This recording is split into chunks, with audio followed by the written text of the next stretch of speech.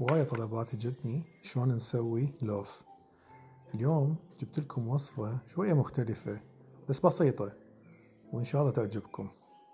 طبعا خليت الخميرة، الطحين، الملح والشكر والمي، وهذا هو، وشلتها وخليناها بالعجانة. إذا ما عندكم عجانة عادي ماكو مشكلة. ورا ما تكونت عجينة نضيف الزبد ونعجنها بعد. ورا ما صارت طوبة ناخذ جزء منها ونفتحها، وعندي اوراق معدنوس نصفطها بهالشكل. ناخذ الجزء الاكبر ونخليه بالوسط ونغلفه من كل الجهات هالطريقة، ونسويه على شكل كرة.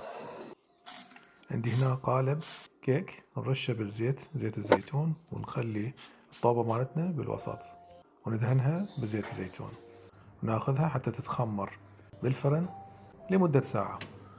وراها نطلعها ونشغل الفرن على 200 وندخلها بالفرن بالوسط فوق وجوه.